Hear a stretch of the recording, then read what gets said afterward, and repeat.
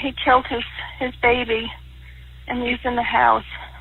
Okay, you said that he told you he killed his baby? Okay, ma'am, listen to me. What's your name?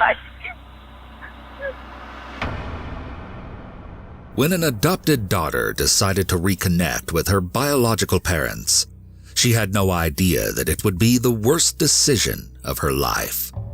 Although she may have been looking for a rekindled relationship with her family, that relationship would take a disturbing turn for the worse. What is up, Iwu Crew? Today we will be following the destructive series of events that turned a man into a cold-blooded killer. They say blood is thicker than water, but when it comes to this case, it will be proven that father doesn't always know best. Let's get into it. As a young man in his early 20s, Stephen Pladel groomed an underage girl from San Antonio he had met over the internet. He decided to make the trek from his home in New York all the way down to Texas to meet the young girl. The year was 1995, and the girl was 15-year-old Alyssa. The pair's parents didn't stand in the way of their union, even though Alyssa was still a child at the time. The two continued their relationship, and Alyssa soon became pregnant just 2 years after meeting Stephen. On a January day in 1998, the young 17-year-old Alyssa went into labor, and together with her soon-to-be husband Stephen, welcomed a little girl into the world. Alyssa allegedly witnessed Stephen physically abusing their infant daughter, who they named Denise. According to Alyssa, he would pinch Denise so hard that he would leave bruises all over the defenseless baby's body. If that wasn't enough, she claimed that Stephen would even trap the baby in a cooler and diabolically wait until almost all the oxygen had run out before releasing her. But these were sadly only just a few of the alleged abuses his daughter would experience at her father's hands. Fed up, Alyssa stepped in and did one of the hardest things a mother could arguably do. She decided to give her baby up for adoption so that her 8-month-old could live and be happy. Stephen and Alyssa's daughter Denise was adopted by Anthony and Kelly Fusco, who were described as very kind and open-hearted people.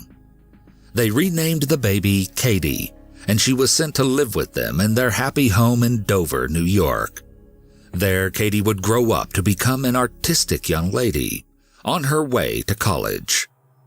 All the while, her birth parents, Stephen and Alyssa Pladel, remained together and had another daughter nearly 10 years after giving up Katie for adoption. Alyssa felt that they were older now and more mature, and therefore more capable of raising children. They had a total of 2 children, both daughters. While the couple raised their 2 girls, tension between the pair increased.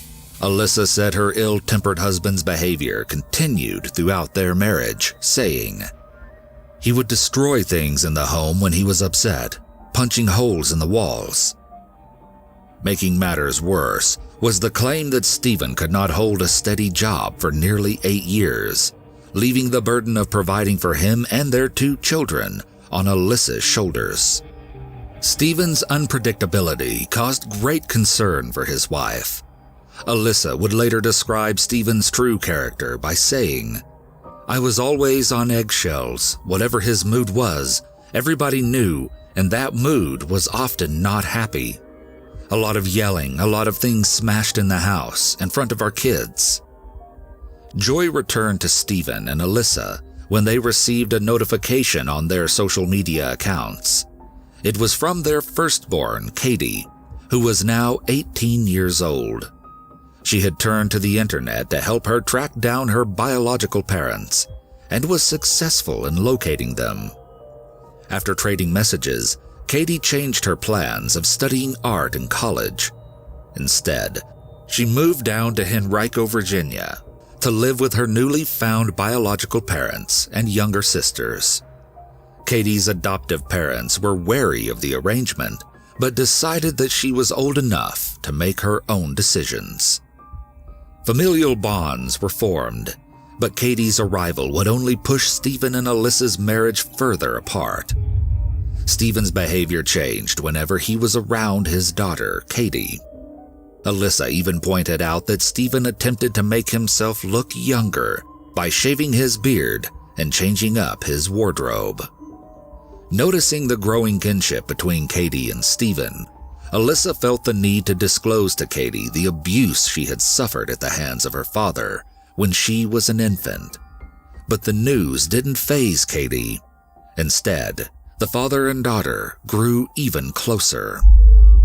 Things between Stephen and Katie took an awkward turn when the 40-year-old started sleeping on the floor of Katie's bedroom. Growing concerned by the situation, Alyssa asked Stephen why he felt the need to sleep in her room. He became confrontational and stormed out of the house. Stephen's affection for his daughter had transcended normalcy. They had fallen in love.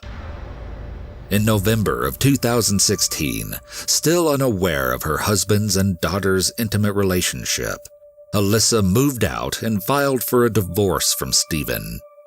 They split the custody of their 2 younger daughters, and Katie stayed in the home with Stephen. Now with nothing in their way, Stephen and Katie continued their incestuous relationship. It wouldn't be until the following May when Alyssa would finally realize the extent of the affection between her now ex-husband and their oldest daughter. It was a bombshell journal entry that detailed the unnatural relationship. The entry was written by Stephen and Alyssa's 11-year-old daughter. The young girl wrote, "Katie is pregnant. Dad says they feel like couples. Did they get a little too drunk that night? My dad is..." Adding, "He's Satan. He's Satan. He'll go to hell, but he won't be the one getting tortured. He'll be the one torturing people." In the journal, the young girl drew pictures of both her dad and sister, portraying them as demons. The entry concluded with, "Wait 1 second. If he's Satan and Katie is a human, then the baby will be half demon." Horrified about learning of the twisted love affair and the pregnancy, Alyssa later recounted, "I lost it. I started screaming. I felt like I was going to throw up." She then said that she immediately called and confronted her deranged ex about it.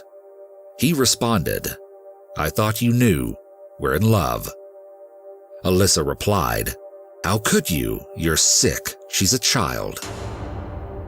Alyssa tried to save her daughter once again by calling the police to report the now known incest. Although police interviewed the 2 younger daughters, neither Stephen nor Katie were placed under arrest, and they continued living together under the same roof.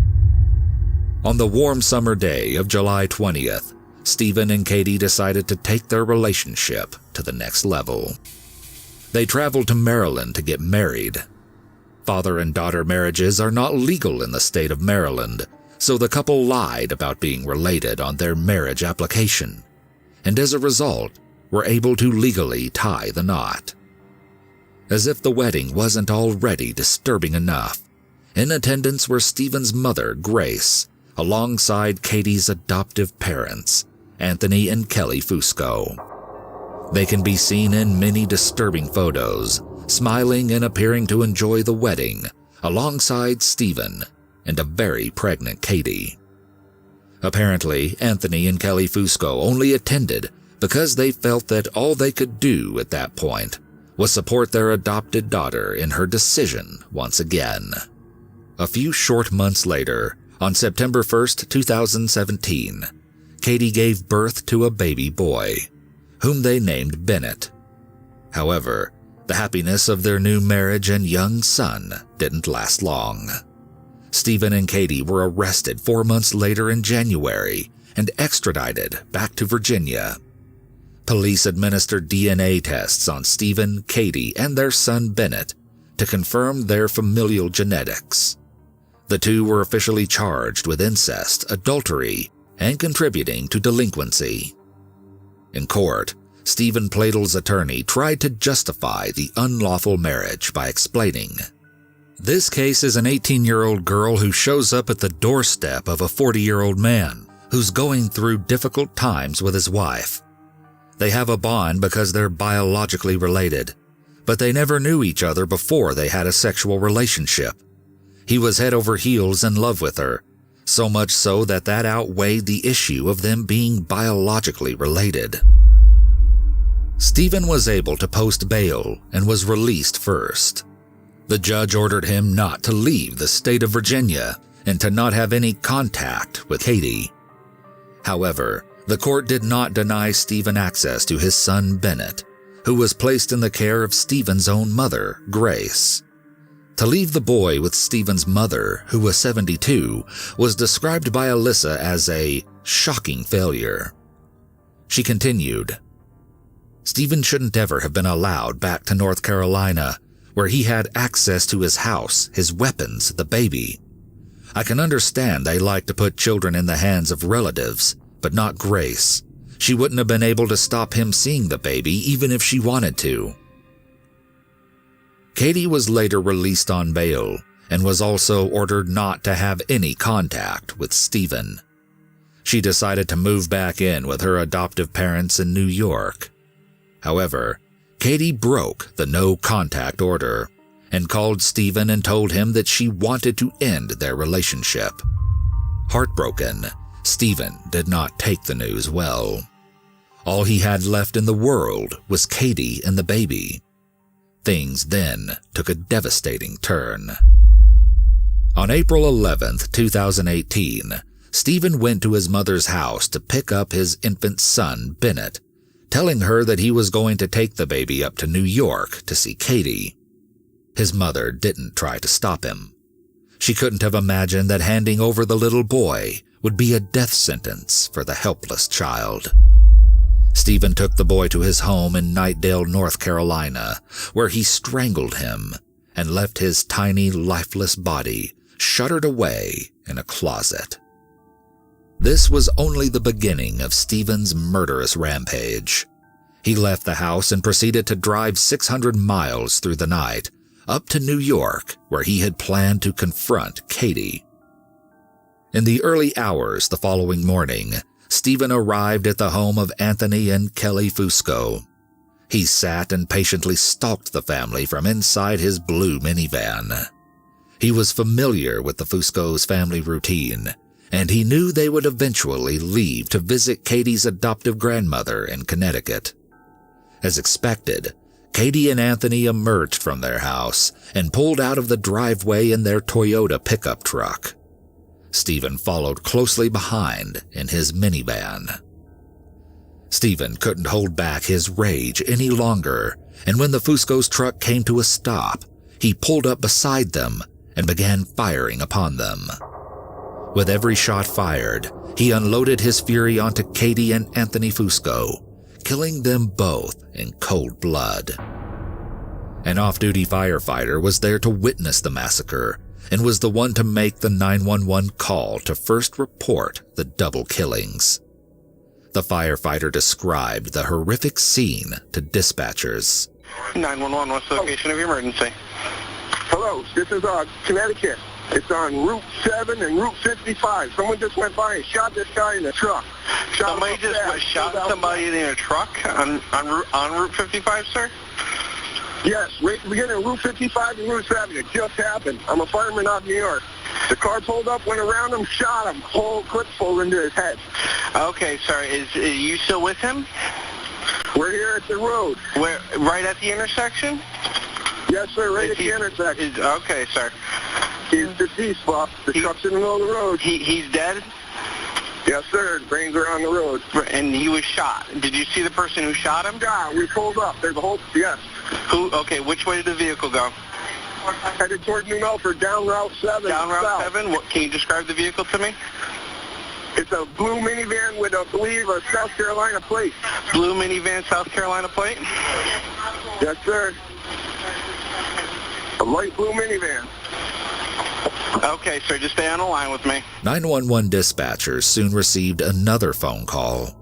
This time it was Stephen's mother, Grace.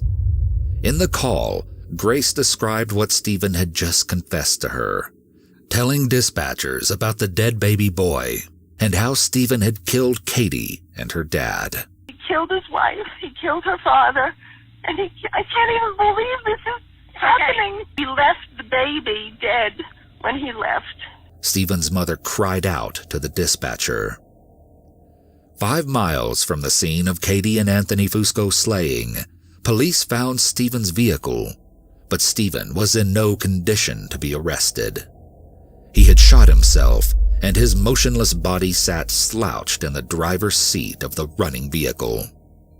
Stephen's ex-wife, Alyssa, eventually looked back on the events and said, "It's been a difficult roller coaster of emotions because I'm so devastated by the loss of Katie and her adoptive dad and baby. But it's such a relief that I don't have to look over my shoulder anymore to see if Steve is there."